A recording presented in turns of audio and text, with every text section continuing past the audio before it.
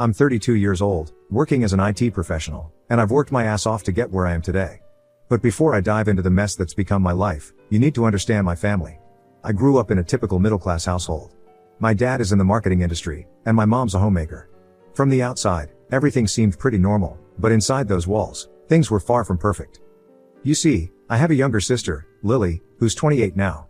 And from the day she was born, she was the apple of my parents' eye. It was like they had won the lottery the day she arrived. I don't know if it was because she was the youngest or because she was a girl, but Lily could do no wrong in their eyes. Meanwhile, I was the kid who had to earn everything. If I wanted something, I had to work for it. My parents weren't cruel or anything, but the favoritism was so blatant that it's impossible to ignore. Growing up, it was always about Lily. If she wanted something, it was hers. If I wanted something, I had to prove I deserved it. And even then, it was never a sure thing. It was like they saw me as a future investment, someone who needed to be toughened up for the real world, while Lily was the delicate flower that needed to be protected at all costs. It didn't matter what I did, Lily was always the priority. Lily, of course, thrived under this treatment. She learned early on that if she cried loud enough or threw a big enough tantrum, she'd get exactly what she wanted. And believe me, she wasn't shy about using that power. By the time she was a teenager, she had my parents wrapped around her little finger. She never had to work a day in her life, not even for pocket money. Everything she wanted was handed to her on a silver platter. I remember one time when we were kids. I'd saved up for months to buy this new video game console. It was all I talked about for weeks. The day I finally had enough money, I rushed out and bought it. But when I got home, Lily threw a fit because she wanted it too. My parents didn't just tell her no. Instead, they took it from me and said we had to share. Except, it wasn't really sharing. Lily got it whenever she wanted, and I had to wait until she was done, which was almost never. It wasn't just about the material things, either. Lily could manipulate situations to get whatever she wanted. If she wanted to go somewhere, my parents would drop everything to make it happen. If she didn't want to do something, they'd make excuses for her. I can't tell you how many times I was left to fend for myself because Lily needed their attention for something ridiculous. And every time I tried to stand up for myself, I was told to stop being selfish, that I should be more understanding because she was younger and more sensitive. So, I learned to stay out of the way. I focused on my studies, worked part-time jobs, and saved up every penny I could. As soon as I was able, I moved out of that house. I got a decent job, bought a modest car, nothing fancy, but it was mine, and started building a life of my own. I thought I was finally free from their toxicity. Little did I know, I was wrong. Lily got married at 24 to a man named Thomas. He was older, wealthy, and honestly, way out of her league. My parents were over the moon. They saw it as Lily finally living up to her potential, marrying into money and securing her place in high society. The wedding was a pretty big affair, of course, all funded by Thomas's family. My parents couldn't have been prouder if they tried. They saw this marriage as their ticket to a better life through Lily. But Lily was still Lily. She had no concept of money because she'd never had to work for anything. She spent Thomas's money like water, buying expensive clothes, jewelry, and taking luxury vacations. I remember sitting through family dinners where my parents would gush over how well Lily was doing, how perfect her life was, and how lucky she was to have found such a generous husband. Meanwhile, I was busting my ass at work, but none of that mattered to them. The cracks in Lily's marriage started showing pretty quickly. Thomas wasn't the type to tolerate her spending habits for long. They argued constantly, and Lily would come crying to our parents, who always took her side. They blamed Thomas for everything, saying he wasn't treating her the way she deserved to be treated. I could see the writing on the wall long before it happened. Divorce was inevitable. And sure enough, after 4 years, Lily was back living with my parents, her marriage in shambles. Lily had actually signed the prenuptial agreement with Thomas, which meant she couldn't get anything out of the divorce, which was extremely smart of him. My parents were devastated, not just for Lily but for themselves. They had banked on this marriage being their way into a higher social circle, and now it was over. But instead of letting Lily face the consequences of her actions, they doubled down on their favoritism. They coddled her even more, showering her with gifts, paying for expensive vacations to help her heal, and making sure she never had to deal with the reality of her situation. Lily was more spoiled than ever, and my parents were completely blind to it. To them, Lily was the victim, and they were her saviors. They didn't care about how much it cost them or what it meant for their own financial security. They were determined to keep their princess happy, no matter the cost. And once again, I was left to watch from the sidelines, disgusted but powerless to do anything about it. Things took a turn for the worse a few months ago when I got a great opportunity at work. It was a short-term assignment that required me to travel frequently. The pay was excellent, and it was a chance to gain some valuable experience. Since I didn't need my car while traveling, I decided to leave it at my parents' house. It was close to the airport, and I trusted that they'd take care of it. I'd always taken pride in my car. It was a symbol of my independence, a reminder that I'd made it on my own terms. Leaving my car there seemed like a no-brainer. I knew my parents weren't thrilled about the divorce and all the drama with Lily, but I figured the car would be safe there. I was wrong. So very wrong. After 2 months of traveling, I came back home for a weekend visit. I was tired from all the work and just wanted to relax. But when I pulled up to my parents' house, something felt off. My car wasn't in the driveway. At first, I thought maybe they'd parked it in the garage, but when I asked my mom where the car was, she just looked at me with this blank expression and said, "Oh, we sold it to someone." I remember standing there, just staring at her, not able to process what she was saying. "You sold it?" I finally asked, thinking this had to be some kind of sick joke. "Yes," she replied, like it was the most normal thing in the world. "We needed the money." I couldn't believe what I was hearing. "What do you mean you needed the money? That was my car." She didn't even flinch. "Well, Lily's been having such a hard time with the divorce, and we wanted to do something special for her. So we sold the car and used the money to send her on a vacation to Europe. She needed it more than you did." At that moment, something inside me snapped. This wasn't just favoritism anymore. This was outright betrayal. They had sold my car, without even asking me, and all for Lily. And the worst part was, they didn't even seem to care. I felt anger like I'd never felt before. "How could you do that?" I demanded. "That was my car. I worked for years to save up for that, and you just sold it like it was nothing."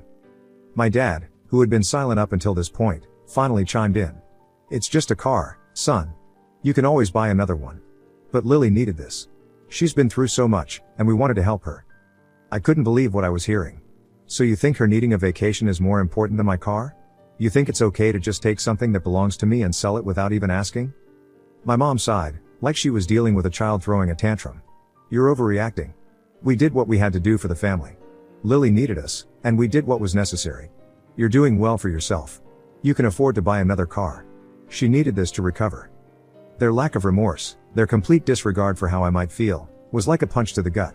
I couldn't believe that after everything I'd done for them, they would treat me like this. I was furious, but more than that, I was hurt.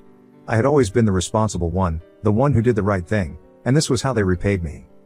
As if things couldn't get worse, Lily walked in at that moment, fresh off her European vacation. She looked tanned, rested, and completely unbothered by the whole situation. "Oh, you're back," she said with a smile, completely ignoring the tension in the room. I turned to her, my anger boiling over. "Did you know they sold my car to pay for your vacation?" She didn't even blink. "Yeah, they mentioned it. I thought you wouldn't mind." "You thought I wouldn't mind? That was my car. My car, that I worked years to save up for, and you just took it without asking?" Lily rolled her eyes like I was being unreasonable. "It's just a car, bro. You can always buy another one. Besides, I really needed this vacation. It was the only thing that's made me feel better since the divorce. You should be happy for me." Happy for her? I couldn't believe what I was hearing. This was beyond entitlement. This was pure narcissism. I could feel my blood pressure rising. This wasn't just about the car. This was about years of being overlooked, ignored, and treated like I didn't matter. And now, they had finally crossed a line that I couldn't ignore. I didn't say anything else. I just turned and walked out of the house. I needed to get out of there before I did something I'd regret. But as I drove away, my mind was already racing with thoughts of how I could make them pay for what they'd done. In the days that followed, I couldn't stop thinking about what had happened. The more I thought about it, the angrier I became. My parents had taken something that was mine and sold it without a second thought. And Lily, she was completely unapologetic. She didn't care about what it cost me, as long as she got what she wanted. It was time to put an end to this. I wasn't going to let them walk all over me anymore. I started planning my revenge. It wasn't just about getting back at them for the car. It was about making them realize that they couldn't keep treating me like this. I had always been the responsible one, the one who made sacrifices for the sake of the family. But not anymore. This time, I was going to put myself first. The first thing I did was cut them off financially. Over the years, I'd helped them out in more ways than I could count. I'd lent them money, helped them pay bills, and even set up a joint account for emergencies. But after what they did, I wasn't going to support them anymore. I withdrew all the money from the joint account and closed it. I also took back the credit card I'd given them for essentials. If they wanted to live beyond their means, they'd have to figure it out on their own. But that was just the beginning. I knew that my parents relied on me for more than just money. I had helped them with their finances, managed their accounts, and even handled their taxes. Without me, they were clueless. So, I decided to make things even more difficult for them. I went through all the accounts I had access to and started systematically cutting them off. They had a backup car that I'd helped them purchase, and guess what? It was in my name. I sold it to recoup some of my losses, leaving them without a vehicle. The fallout was immediate. My parents were furious when they realized what I'd done. They called me repeatedly, demanding that I return the money, the car, everything. But I ignored them. I was done being their doormat. If they wanted to continue their lavish lifestyle, they'd have to do it without my help. For the first time in my life, I had the upper hand. My parents were in shock. They had never expected me to stand up to them like this. They tried everything to guilt trip me. My mom called, crying, saying that I was being cruel, that they were just trying to help Lily during a difficult time. My dad tried to reason with me, saying that family was more important than money and that I was overreacting. But I wasn't buying it. I'd heard all their excuses before, and I was done listening. This wasn't about money, it was about respect. They had never respected me, never valued what I brought to the table. They had taken me for granted for too long, and now they were paying the price. Lily, of course, was livid. She came to my apartment, demanding that I fix everything, saying that I was ruining her life. But I stood my ground. I told her that she needed to start taking responsibility for her own actions and that I wasn't going to bail her out anymore. She didn't take it well, to say the least. She screamed at me, called me every name in the book, and even threatened to cut me out of her life. But I didn't care. In fact, I welcomed it. If being cut off from Lily meant not having to deal with her drama anymore, then so be it. I was done sacrificing my own happiness for the sake of my family. As for my family, I went no contact. They tried to reach out a few times, but I ignored their calls and texts. I knew that if I let them back into my life, nothing would change. They would go back to their old ways, and I would end up right where I started. I wasn't going to let that happen. It wasn't easy, but it was necessary. And for the first time in a long time, I was truly happy. Final update. It's been a while since I last shared my story, and a lot has happened since then. For those who don't know, I cut off contact with my parents and my sister, Lily, after they sold my car without my permission to fund Lily's lavish vacation. The betrayal was the last straw in a long history of favoritism and mistreatment. Since then, I've made some significant changes in my life, and I wanted to provide an update on what's happened since. The reason I'm sharing this update is because I've been reflecting on everything that's happened, and I think it's important to share where I am now. The advice and support I received after my original post were overwhelming, and they helped me navigate the difficult decisions I had to make. I want to share what's been going on, how my family has responded, and where I stand now. When I first posted about what happened, I didn't expect the sheer volume of responses that poured in. The general consensus was clear: I wasn't wrong to cut off my family, and most people agreed that it was a long overdue step toward reclaiming my own life. Initially, reading through the comments was both validating and overwhelming. I'd always known that my family's behavior wasn't normal, but seeing so many people agree with me and affirm my feelings was something I hadn't anticipated. It made me realize just how much I'd been gaslit over the years into thinking I was overreacting or being selfish for wanting to stand up for myself. One of the most common pieces of advice I received was to stay firm in my decision and to not let guilt or manipulation pull me back into their toxic orbit. It was advice I took to heart. I knew that if I allowed myself to be drawn back in, nothing would change, and I'd end up in the same miserable situation I'd been in for years. After I went no contact, it didn't take long for my parents to start trying to reach out. At first, they bombarded me with calls and messages, which I ignored. When that didn't work, they started showing up at my apartment, trying to talk to me in person. This was when I decided to take more serious action. I filed for a restraining order against them, which was granted given the harassment and emotional distress they were causing. Even with the restraining order in place, my parents found ways to get messages to me. They had friends and extended family members send emails or leave voicemails on their behalf. The messages were a mix of apologies, excuses, and guilt trips. They'd say things like, "We're so sorry for what happened, we never meant to hurt you," followed by, "But you have to understand, Lily was going through a tough time, and we were just trying to help her." It was the same pattern as before, apologizing just enough to make it seem like they were remorseful, but never fully taking responsibility for their actions. They still didn't understand, or maybe they didn't want to understand, that what they did was wrong, not just because they sold my car, but because of how they had always put Lily first, no matter the cost to me. Lily, on the other hand, took a different approach. She tried to play the victim, sending me long, emotional messages about how sorry she was and how much she needed me in her life. She claimed that she'd had a wake-up call after I cut her off and that she was working on becoming a better person. But her words felt hollow to me. I'd seen her act remorseful before, only to go right back to her old ways once she got what she wanted. This message was also sent through a family member. Despite her claims of change, Lily's messages were still laced with entitlement. She would say things like, "I know I messed up, but we're family, and family should always forgive each other." It was clear that she still believed she was owed forgiveness simply because she was my sister, not because she had truly changed. My response to all of this was simple: I didn't respond at all. I knew that engaging with them would only open the door for more manipulation, and I wasn't willing to go down that road again. With the restraining order in place and my family's attempts at reconciliation falling flat, I turned my attention to more practical matters, namely, the financial and legal fallout from cutting them off. one of the first things I did was to ensure that my finances were completely secure. I closed all joint accounts, changed passwords, and even moved my money to a different bank. I didn't want to give them any opportunity to try and manipulate me financially, which was something they had done in the past. I also had to deal with the legal process of getting compensation for my car, which had been sold without my permission. The legal battle was long and drawn out, but eventually, I did receive compensation. It wasn't as much as I had hoped for, but it was enough to help me move on. I used the money to upgrade my new car, which felt like a small victory. As for my parents, their financial situation took a significant hit after I cut them off. Without my support, they struggled to maintain the lifestyle they had become accustomed to. They were forced to downsize, selling their home and moving into a smaller, less expensive place. I heard through mutual contacts that they were having a hard time adjusting, but I had no sympathy. They had spent years living beyond their means, counting on me to bail them out when things got tough. Now, they were finally facing the consequences of their actions. Lily's situation was even more precarious. Without the financial cushion provided by our parents, she was forced to get a job, something she had never done before. From what I heard, she struggled to hold down any position for long. Her entitled attitude and lack of work ethic made her a nightmare employee, and she bounced from job to job, never lasting more than a few weeks at any place. Despite her claims of wanting to change, it was clear that Lily hadn't learned anything from the situation.